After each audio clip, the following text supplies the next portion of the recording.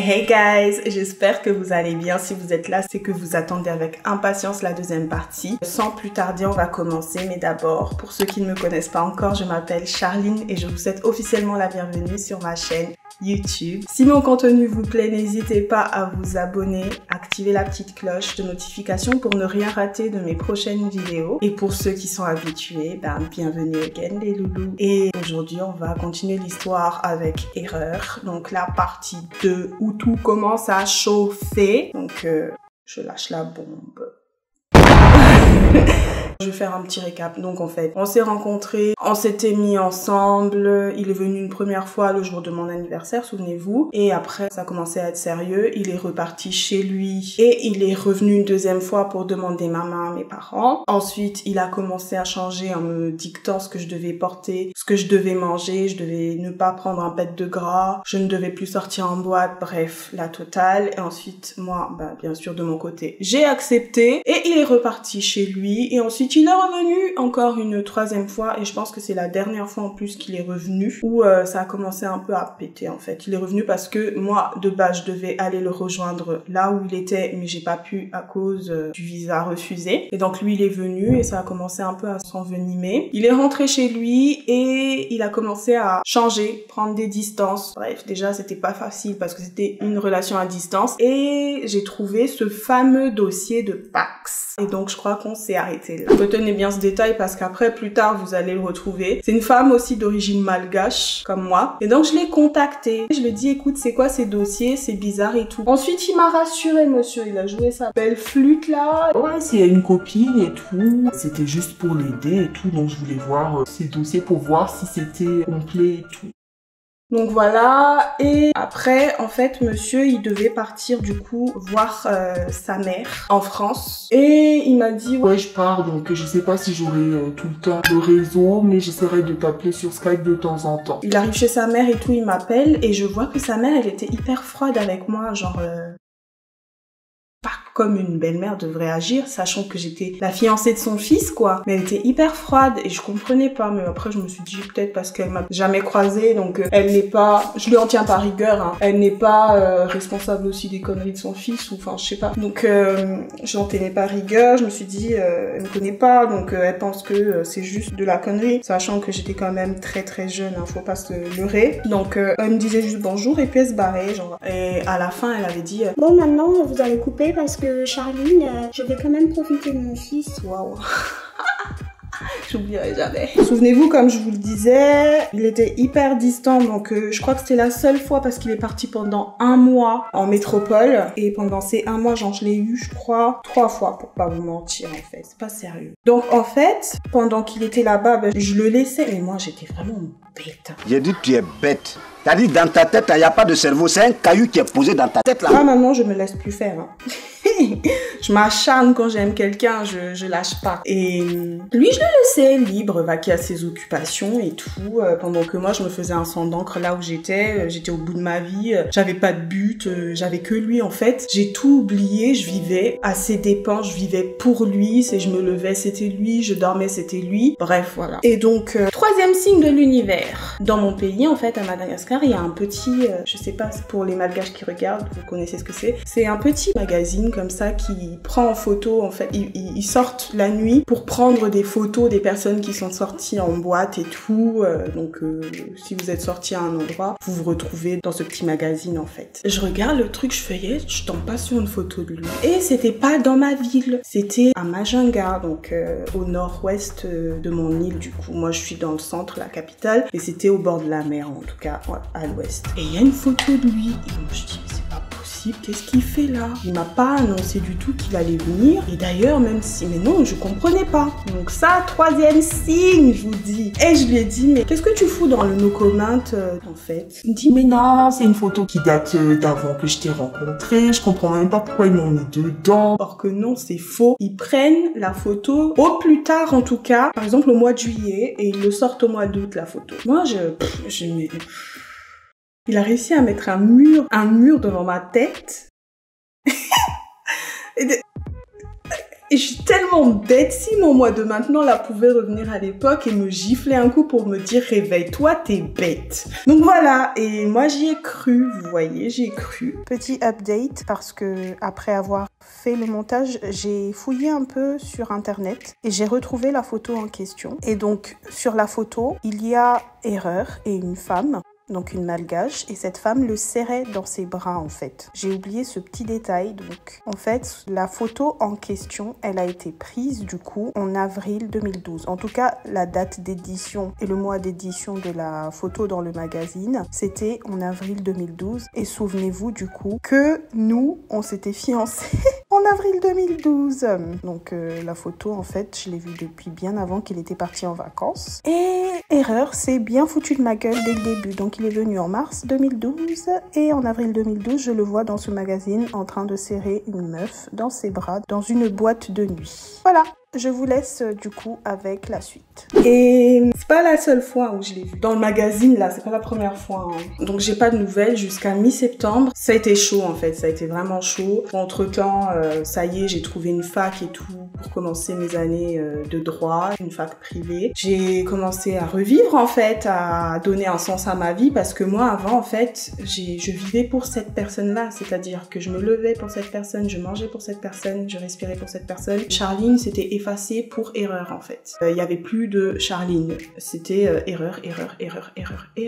Et donc entre temps j'ai fait des rencontres aussi dans mon cercle amical. Retenez ça parce que ça fera l'objet d'une autre story time encore, parce que franchement de 2011 à 2016 ma vie c'était un foutoir monstre que je prendrais la peine de vous raconter dans les détails. Ce que je jugerais opportun de raconter, je vous raconterai pour que ça serve de prévention, de mise en garde et tout, que mes erreurs puissent quand même aiguiller certaines personnes. Et donc voilà, j'avais plus de nouvelles. Donc moi j'avais l'espoir, j'entretenais l'espoir que parce que il a demandé ma main et que c'était mon fiancé, c'était juste une mauvaise étape à passer, qu'à un moment donné de ma vie, ça allait évoluer, que on allait recommencer où on s'est arrêté, que tout allait s'arranger, mais en fait non, ça ne s'est pas arrangé, c'est parti en cacahuète.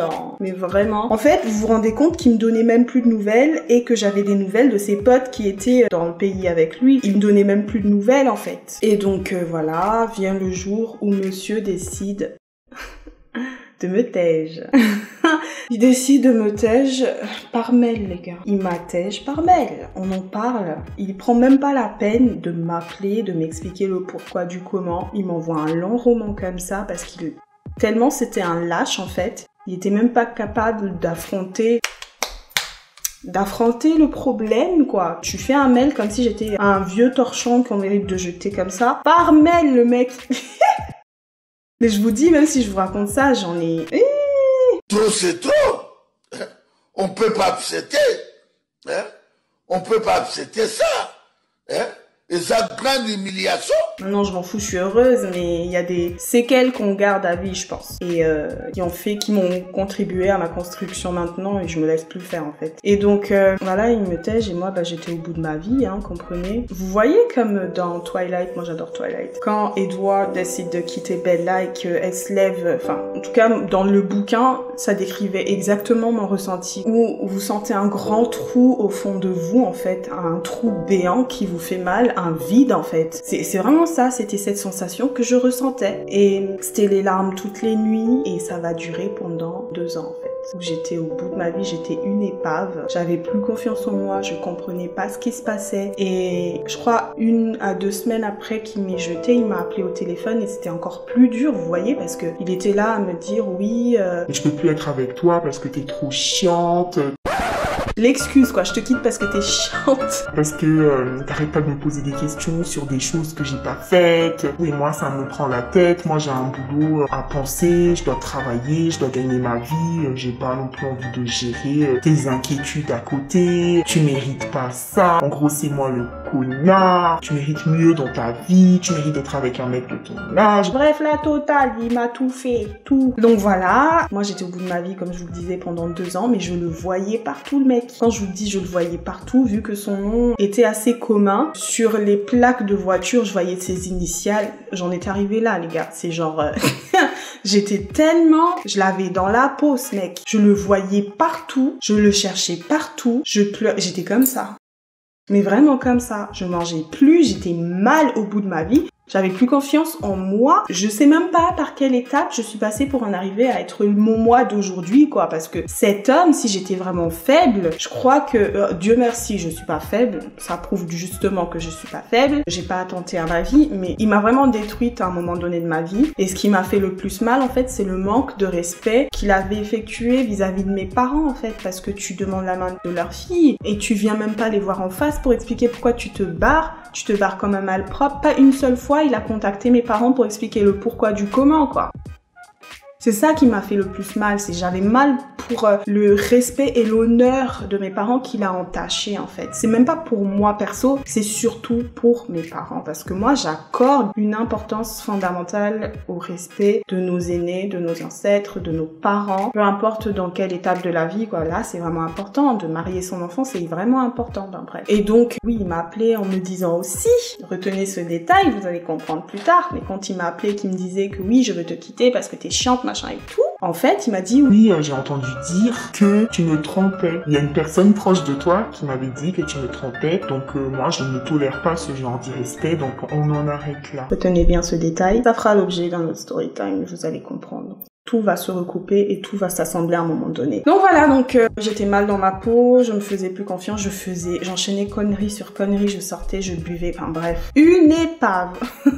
J'ai commencé du coup à refaire ma vie. Pas des trucs sérieux parce qu'après lui, je peux vous dire que moi les hommes, c'était pas possible. Déjà quand il m'avait quitté, j'ai tout supprimé, donc j'ai décidé de disparaître en fait, de disparaître de Facebook, de disparaître de tout ça. D'essayer de me retrouver avec moi-même, de me reconstruire si on peut. Je sais pas si on se reconstruit vraiment, il y a des cicatrices qui restent. Hein. Et en fait, quand il voyait que ça allait mieux dans ma vie, parce que même s'il m'a quitté, figurez-vous qu'il était toujours là, qu'il était dans ma liste d'amis, même si à un moment donné j'ai quitté Facebook, j'ai créé un autre compte juste pour ma famille proche, ben lui il était toujours là, toujours dans le coin. Et après à un moment donné j'ai dit bon c'est bon, je reviens à mon compte initial. Et là en fait, il est directement revenu dès qu'il m'a vu. Il est revenu m'écrire. Comment tu vas, mon cœur? Et ouais, il en était encore là. Le mec, en fait, faisait comme si de rien n'était. Mais vraiment. Il m'appelait mon bébé, doudou, doud. Ça va bien, ma doudou? Comment tu vas? Tu me manques? Je reviendrai te chercher. Des trucs, moi je me suis dit, et alors que ça s'est passé, genre, je vous la fais courte, mais en 2 ans, en tout cas les 2 ans où j'étais pas bien, il était toujours là à m'appeler mon cœur, machin et tout, tu me manques, je vais venir te chercher, nanani, nanana, bah bref. Taré le mec, un pète au casque. Et donc, moi, j'entrais pas dans son jeu, en fait. Je lui discutais, genre, ouais, mais tu veux quoi? Laisse-moi tranquille. Ou sinon, moi, ça va dans ma vie. Il y a des moments où je l'insultais, il y a des moments où je continuais à parler avec lui. C'était un cercle vicieux, quoi. J'étais vraiment prise dedans parce que le mec, tellement je l'avais, comme je vous le disais, dans la peau. Quand je me remettais avec quelqu'un d'autre, et je l'ai comparé à lui, je voulais des pâles copies de cette personne, alors que, franchement, avec le recul, hein, il en valait pas la peine, mais vraiment pas. J'ai encore changé de lumière. Là, je pense que vous me voyez bien. Donc, comme je disais, les années passent et tout, et ben, j'ai essayé de refaire ma vie, mais le fantôme, il était toujours là, quelque part, en fait. Dès qu'il voyait que j'étais heureuse, il revenait à la charge. Tu me manques, je reviendrai te chercher. Comme si j'étais un enfant paumé qu'il fallait trouver, ou je sais pas. Bref. Franchement, je vous la fais courte parce que cette histoire, elle est trop longue sinon. Et donc arrive le jour où je devais partir en France pour mes études. En fait, si vous voulez, il arrivait genre tous les 6 mois comme ça à dire mon amour, tu me manques, je vais venir te chercher. Bref. Donc voilà, j'arrive en France et tout, donc je change, je lui ai rien dit, hein. De toute façon, je lui partageais plus rien de ma vie en fait au final. Et donc voilà, je change la localisation sur Facebook du coup d'où j'étais, où je vivais et tout ça. Et il l'a vu. Et quand il l'a vu, en fait, il me dit « Oh, t'es en France, ça y est, mon amour, t'es arrivé. On va pouvoir continuer notre histoire là où on l'a arrêté. » Et tout. Je dis « Mais de quoi il parle, lui? Mais il a fumé ou je sais pas. » Mais... Toi, tu me tèges. Pendant genre 6 ans de ma vie, tu me lâches pas. Et là, tu reviens comme si de rien n'était, genre, il s'est rien passé, quoi. Il a oublié 6 ans. Il a oublié tout ce qu'il avait fait. Il a même pas demandé pardon à mes parents, rien du tout. Le con. désolée, je m'emporte. Lui, il revient comme ça, comme si de rien n'était, telle une fleur. Mon amour, je reviens te chercher. Maintenant que tu es en France, on va pouvoir continuer notre vie là où on l'avait laissé. Genre, tu peux appuyer sur pause comme ça et réappuyer sur play 6 ans après, mais t'as craqué, toi. Je sais pas ce que t'as avalé ou fumé, mais... Pète au casque. Donc moi, comme d'hab, vu que c'est bon, c'est passé, quoi, je suis passée à autre chose. Fous-moi la paix, en gros. Et un beau jour comme ça, j'étais à la fac et j'étais en pause à la bibliothèque, comme ça, j'avais des recherches à faire et je tombe sur une suggestion de sa sœur, qui est une femme incroyable, adorable, que j'adore. D'ailleurs, si tu tombes sur cette story time, je te fais de gros bisous et ne m'en tiens pas rigueur si je raconte, mais voilà, c'est ma thérapie, ma chérie. Mais donc voilà, je croise du coup dans mes suggestions sa sœur. Donc je viens voir comme ça pour voir un peu comment elle va et tout, ce qu'elle est devenue et tout, parce que on s'est perdu de vue après tout ça. Et là, je tombe sur une photo. Une photo de mariage d'erreur à Madagascar. Souvenez-vous donc, la ville, c'est Majunga. La ville où je l'ai chopé dans le magazine, la Mekonat. En fait, il menait une double vie, en fait, erreur. Il s'est marié concrètement derrière mon dos, le mec. Il se jouait de moi et tout. Il a osé demander ma main à mes parents, mais derrière, en fait, il s'est marié avec une autre. C'était en 2012, mais alors le mois, c'était pas marqué. Mais en tout cas, je me souviens surtout de l'été 2012 où c'était fini, en fait. Donc, en fait, le gars derrière, il avait décidé de refaire sa vie depuis un moment et donc il était marié. Et là, en fait, je me souviens très bien, j'avais laissé tomber mon téléphone parce que je m'y attendais pas, en fait. Et vous allez me dire, ouais, mais ça veut dire que t'étais encore amoureuse de lui et tout. Non, c'est pas ça. C'est juste que je me suis remémoré, en fait, tout ce qui s'était passé. Les 2 années de larmes que j'ai versées pour cet homme. Les 2 années où je me suis remise en question, que tout était de ma faute, que je prenais sur moi, que s'il me quittait, c'était à cause de moi. Et en fait, là, je me suis rendu compte qu'il s'est littéralement foutu de ma gueule, erreur, en fait. Que c'était lui qui savait pas ce qu'il voulait dans la vie, qui s'était joué de 2 femmes en même temps. Et même moi, enfin, je ne juge pas, hein, je ne la connais pas, mais sachant que nous, c'était bien visible sur Facebook qu'on était fiancés et tout, je ne sais pas. J'ai vu la photo du mariage et là, je sentais en fait la haine bouillonner en moi, la rage et les larmes monter. Et j'étais juste là, en train de commencer à pleurer. Mais vraiment pleurer parce que je m'en voulais à moi-même d'avoir été aussi naïve. Je m'en voulais de ne pas avoir pu voir ça. J'avais tous les signes. Le Pax,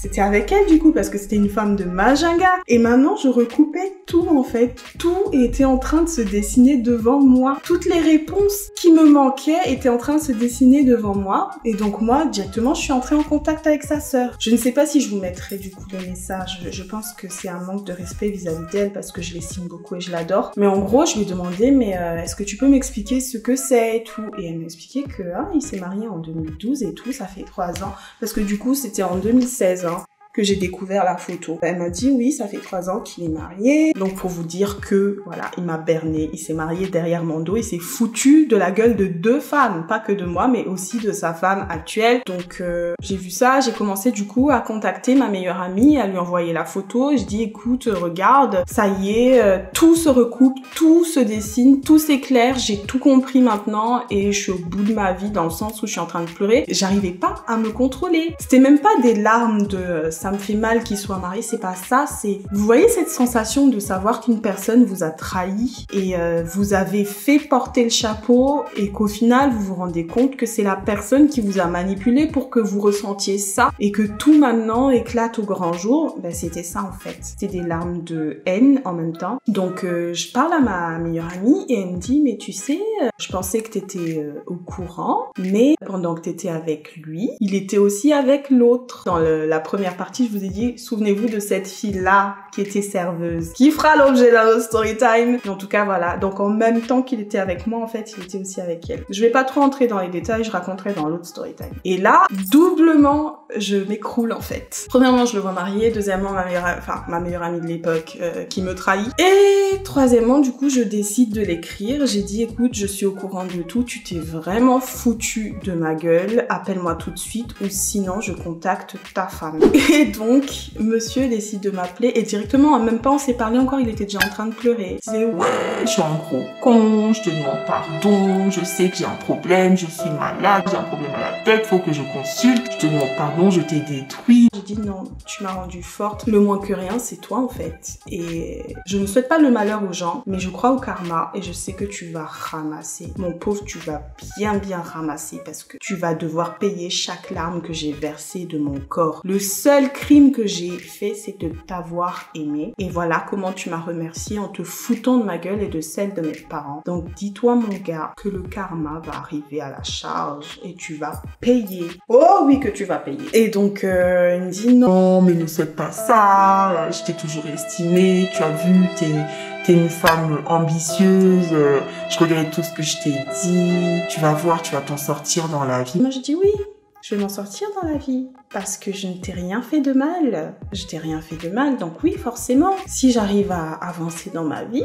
c'est parce que je fais du bien autour de moi. Même si tu m'as persuadé du contraire, je vais bien m'en sortir dans ma vie. Ne t'en fais pas erreur, je vais m'en sortir. Donc voilà. Et après ça, il continuait toujours à me parler.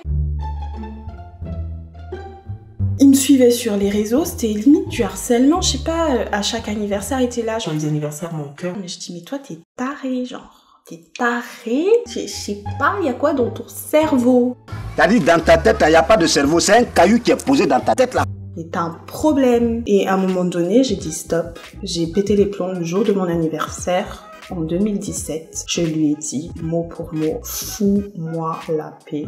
Casse-toi de ma vie, sors de ma vie, tu m'as rien apporté de bon, laisse-moi profiter de ma life et sors de ma vie. Si tu recommences encore à me contacter, j'ai les coordonnées de ta femme maintenant, je sais à quoi elle ressemble et je vais aller tout lui envoyer. Et depuis ça, je l'ai bloqué, j'ai plus de nouvelles. Mais entre-temps, ce que j'ai oublié de vous dire, c'est que pendant que j'ai découvert tout ça, bien sûr que j'allais quand même fouiller, aller voir le compte de sa femme. Et en fait, sur mon Facebook à moi, je ne pouvais pas accéder à son compte. Donc en fait, Erreur s'est arrangée pour me bloquer pour que je ne vois rien depuis le début. Vous voyez un peu jusqu'où il a poussé le vice en fait.